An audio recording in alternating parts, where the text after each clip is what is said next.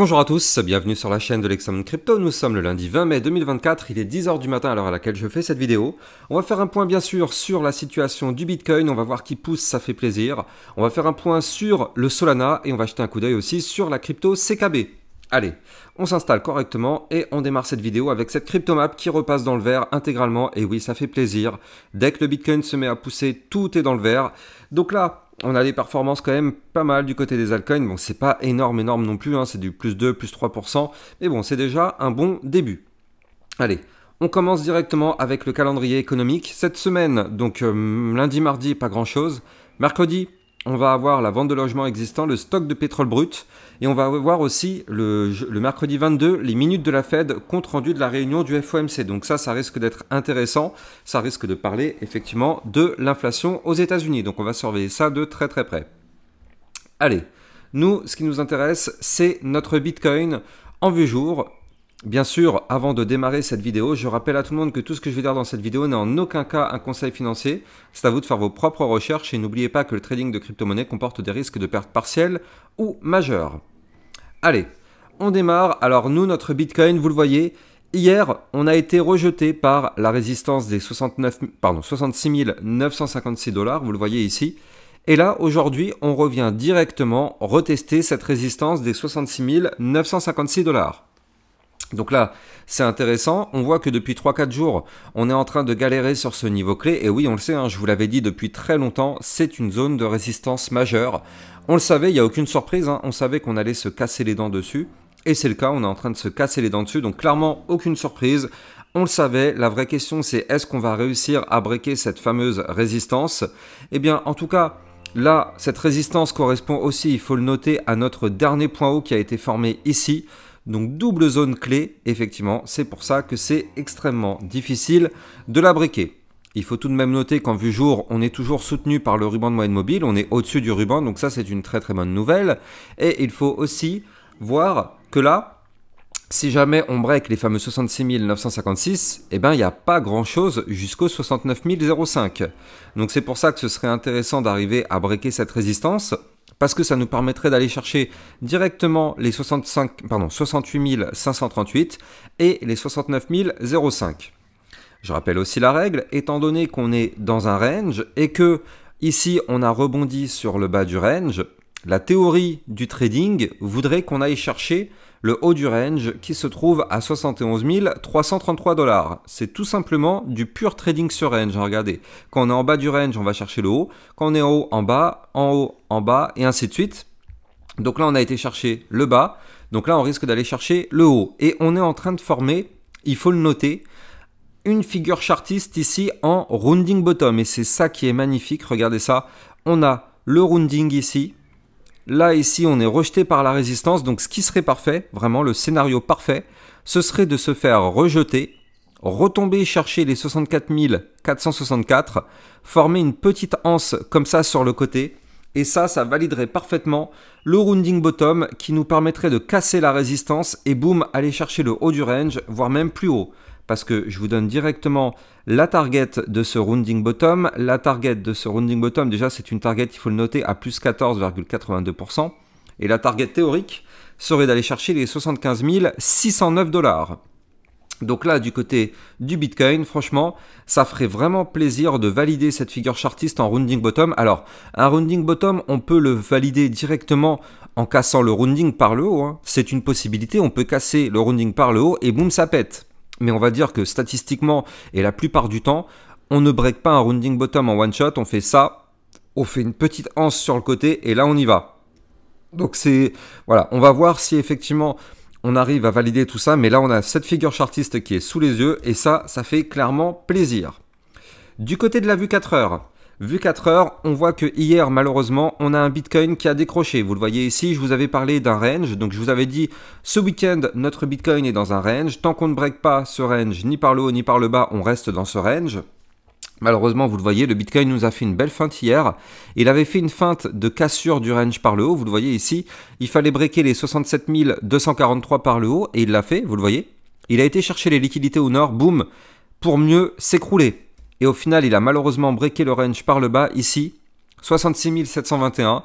Malheureusement, tac, cassure, signal de vente, on crash. On est venu chercher les 65 859, mais regardez, on a trouvé rebond et boum, on repart, on remonte, on fait le pullback de la cassure du range par le bas. Donc on revient retester le bas du range qu'on avait breaké. Et là, cette fois-ci, on réintègre ce range par le bas et vous le voyez directement, ça c'est masterclass. Quand on réintègre par le bas, le but est d'aller chercher le haut du range. Et regardez la mèche qu'il nous a fait. La mèche a été chercher directement le haut du range. Donc là, on est actuellement sous la résistance des 66 956. Regardez ça encore une fois ici. On est en train de galérer pile poil sur ce niveau clé. On n'est pas n'importe où, on est sous la résistance. Si on break cette résistance, ça nous permettrait de revenir rechercher de nouveau les 67 243. Et si on break ces 67 243, alors oui, on pourrait reprendre de la force. Regardez ces bandes de Bollinger en vue 4 heures comme elles sont hyper resserrées. Donc ça, c'est annonciateur d'un mouvement volatile. Annonciateur d'un mouvement volatile, oui, mais de quel côté, c'est la question. Parce que c'est pas parce qu'on a des bandes de Bollinger resserrées qu'on va forcément aller vers le nord. Ne soyons pas naïfs, vous l'avez suffisamment appris au travers de ma chaîne YouTube. Des bandes de Bollinger resserrées, effectivement, ça c'est annonciateur de volatilité, mais le problème c'est qu'on ne sait pas de quel côté. Néanmoins, ce qui est bien, c'est que là nous sommes pour le moment dans un canal ascendant sur le Bitcoin. Et donc, ce qu'il faudrait, c'est qu'on arrive à breaker la résistance des 66 956. Comme ça nous permettrait d'aller chercher le haut du canal ascendant à 67 991, puis d'aller chercher les 69 005. Donc là, clairement, pour le moment, la configuration reste bullish sur le Bitcoin. Bullish, du moins, tant qu'on est dans ce canal ascendant. Si on perd ce canal à 66 029, là, malheureusement, attention, ce serait pour entamer une phase de retracement pour aller chercher les 65 535, puis malheureusement revenir pourquoi pas chercher les 64 464, mais souvenez-vous, ce serait en réalité le scénario idéal pour valider le rounding bottom, tac, on fait le petit retour en arrière, on rebondit et là on y va. Donc ce serait vraiment très intéressant, on va surveiller ça dans les prochains jours. Allez, comme je vous l'ai promis, on va parler de la crypto Solana. Le Solana, le Sol, alors où est-ce qu'il est mon petit Solana? Il est ici parce que lui aussi il nous forme des choses très intéressantes à surveiller. Alors, il est où ce Solana? Mince, pourquoi je ne le vois pas?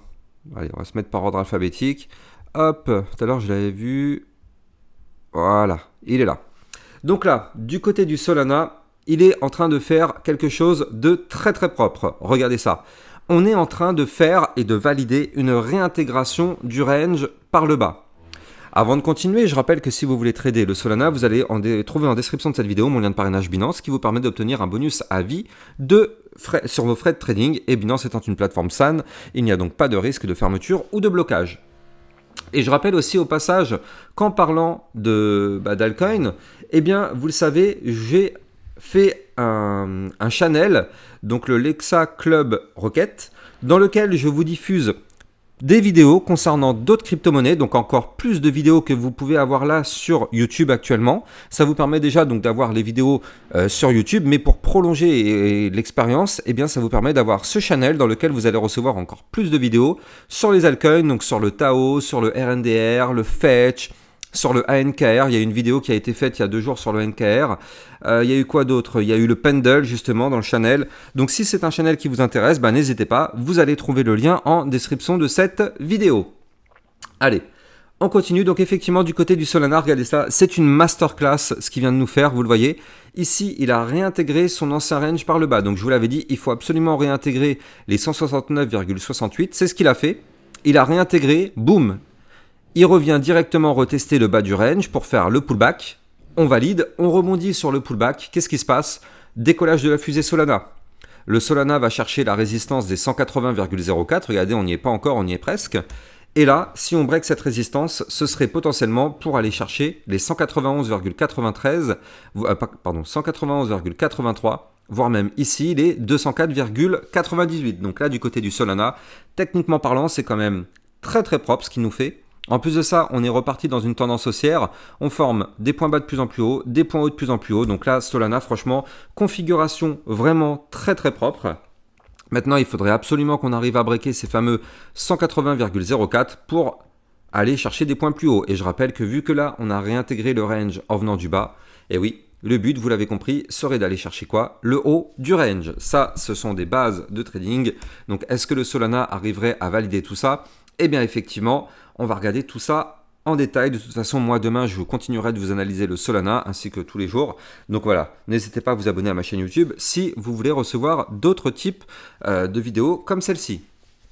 Allez, on va continuer sur la crypto CKB. Ah non, d'ailleurs, bah non, le CKB, je le mettrai justement tout à l'heure dans le channel Lexa Club Rocket.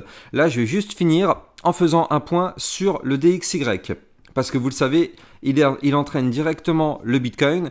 Et vu que là, en ce moment, on a un DXY qui est en train de chuter, ça fait vraiment plaisir. Regardez ça. Le DXY a été quasiment rejeté par le haut du range. Il est venu rechercher la zone de support des 105,26. Le support n'a pas tenu. Et donc là, le DXY a breaké aussi une zone de support des 104,63. Ça ne tient pas. Donc là, c'est très très bien. Tant que le dollar index n'arrive pas à pump, ça permet au Bitcoin de pouvoir monter. Et donc ça fait plaisir parce que là, clairement, c'est ce qui nous aide à avoir un Bitcoin qui se maintient aux alentours des 66-67 000 $. À la seconde où le dollar commence à remonter, malheureusement, le Bitcoin va cracher. Donc là, du côté du dollar index, on voit que maintenant, on est actuellement sur une belle zone de support. On est revenu retester le ruban de moyenne mobile. Donc là, je rappelle que tant qu'on est au-dessus du ruban, ça tient. Si le ruban vient à lâcher, alors là, clairement, on pourrait avoir un dollar qui continue de s'effondrer pour aller chercher les 103,66, puis les 103,165, voire même les 101,950. Et si on fait ça sur le dollar, eh bien, on va avoir un Bitcoin qui lui fait ça de son côté. Donc là, clairement, on aimerait voir ça. Alors maintenant, il faut quand même le noter, hein, le dollar index, depuis quand même le 26 décembre 2023, est sur une belle petite poussée haussière. Vous le voyez, les points bas restent de plus en plus hauts ici. Maintenant, on a formé un point haut plus bas que son précédent, vous le voyez. Donc là, il suffit qu'on fasse un point bas plus bas que le précédent et le dollar rentrerait dans une configuration baissière et ça, ce serait magnifique. Donc le mieux, ce serait de breaker ici par le bas les 102,73 pour confirmer la tendance baissière et pour permettre aux altcoins de s'exprimer. Sur mon Twitter, vous le savez, vous allez pouvoir retrouver toutes mes informations, plein de news, plein d'actualités, tout ce qu'il faut savoir, le calendrier économique. N'hésitez pas, vous allez trouver le lien en description de cette vidéo. Et quant à moi, j'ai plus qu'à vous souhaiter une excellente journée, et puis je vous dis à plus tard pour une prochaine vidéo. Ciao, ciao!